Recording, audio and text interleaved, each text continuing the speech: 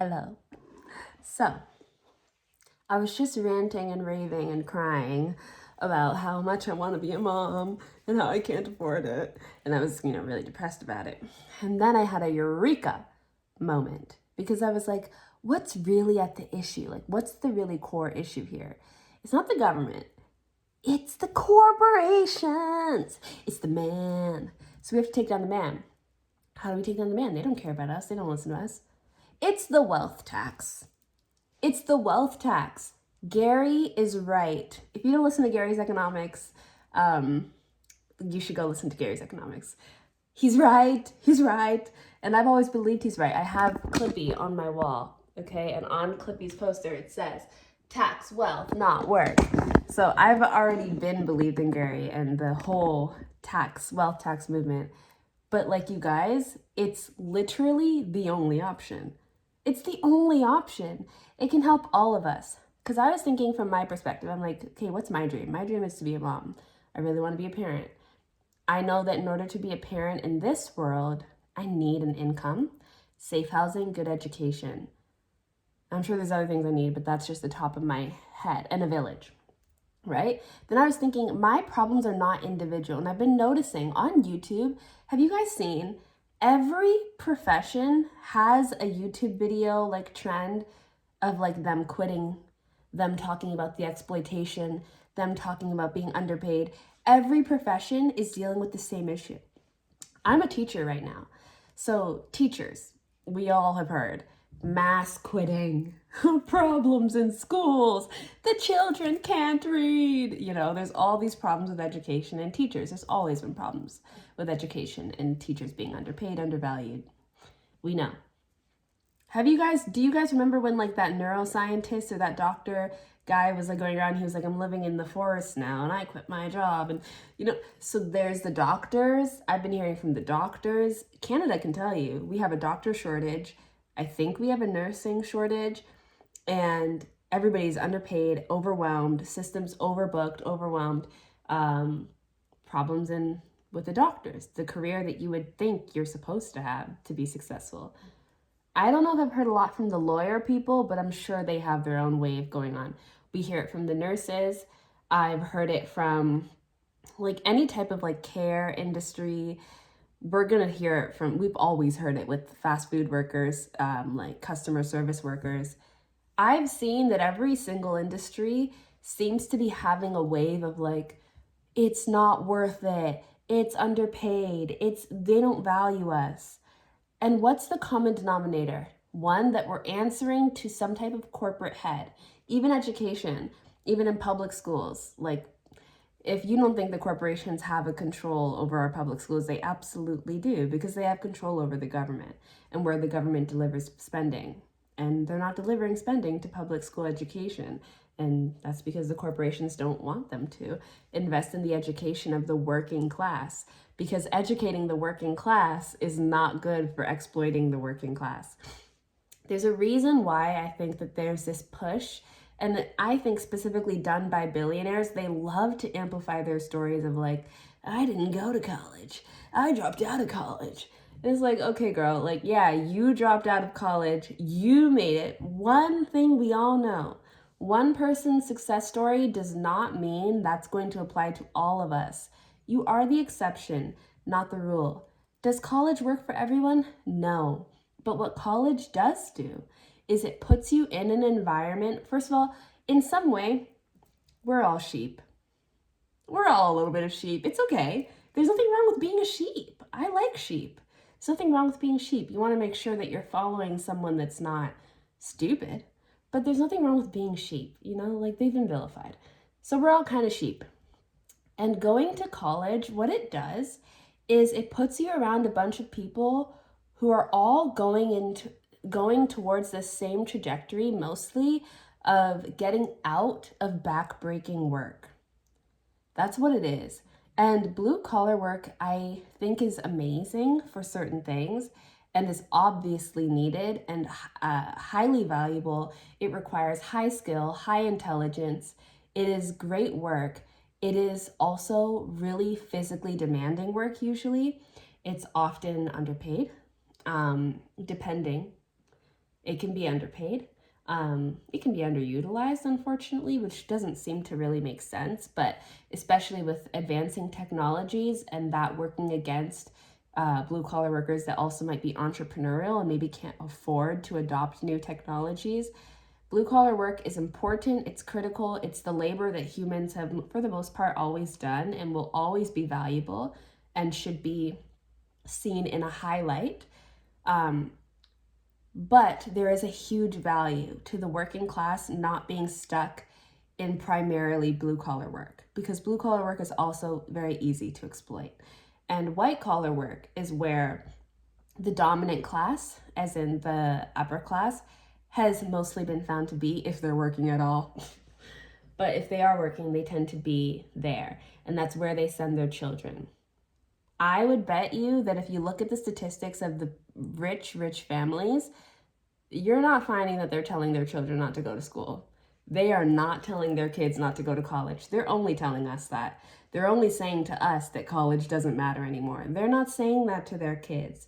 Because, like I said, we're sheep. And when you follow the trajectory of people who are going to school, you're more likely to get out of that kind of work. You're more likely to get out of the type of like cycle of poverty that can happen when you don't have access to higher education. There's a reason why we push for higher education. That's all I'm saying. I'm not saying you need to go to college or that you should feel ashamed of yourself if you didn't. There's no need to feel ashamed. I'm just saying we should definitely question why people are suddenly like, college means nothing, especially billionaires. Don't trust it. But what was the original point of this? Taxing the wealthy. We have to create a tax wealth. It's the only answer.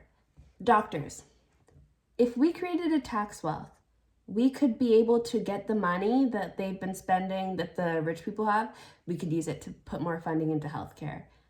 Maybe you guys could be paid better. I don't know what your salaries are like. I imagine they're more than mine, but I'm not competing. You deserve to be paid whatever you deserve to be paid, okay? I bet you we could address the healthcare system with the money from the wealth tax. Teachers, obviously. We could put money into schools, into teacher salaries, to teacher benefits, to helping kids get the education they really need, to lowering class sizes so that we can focus more on individual children's needs, to updating curriculum and updating teaching strategies, because kids are constantly understanding how children are evolving in the way that they learn. And also with the introduction of technology, children's learning habits have absolutely changed, and their needs have changed because of the way, I think, just being online so much and attention span has altered their ability to learn. We have to be more responsive, and it would be great if teachers had training and funded training to be able to adapt to meet the needs of kids in education. So education we could address. Healthcare we could address. Who are the other people? All the other people. All the other people. Better food quality. I'm sorry, but there is a difference between food in South Korea and food in Canada, and definitely America. There's a difference, you guys. I lived in Canada, I've lived in America. The food quality is different in Korea. It's better. And that's a little troubling, because why? So we could help farmers. What else could we do? There's so much we could do. Childcare. We could pay for childcare. What else could we do? We could just get them off our backs. Like, aren't you guys tired of them being on our backs? Like, here's my thing, because I know there will always be the skeptics who are like, how's this gonna work? And they're gonna say all their things. And I get it. I used to be annoyed with you guys. No longer am I annoyed. I accept that you have your reasons for always pushing back. Now let me riddle me this. What if we just try?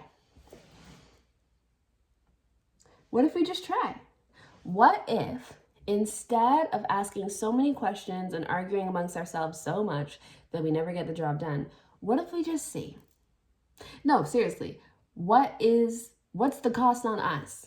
If we make an effective wealth tax that taxes people who make above a certain amount, I'm not even really talking about people who make $1 million. I'm talking about people who make like $20 million, right?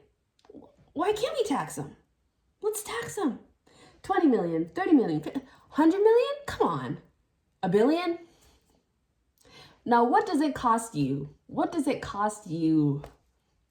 And I know. They're gonna leave. They're gonna raise prices. Really? No, you don't believe it. That's just what you've heard. And you decided that that's true because there's always something to be afraid of. And maybe you're the type of person who gets afraid easily, and I get it. I'm the type of person that doesn't get afraid easily. I have a Sagittarius moon. I'm not really afraid of a lot of things, but I understand your apprehension. I'm saying, like, what do you have to lose? What do you have to lose? You know, why not just try? No, seriously, why not just try? If nothing matters to all of the nihilists and all of the people who are like, oh, everything's faded and there's nothing we can do, let's just try then. Why don't you just put your energy towards it and just see? Let's just see. You have nothing else to do.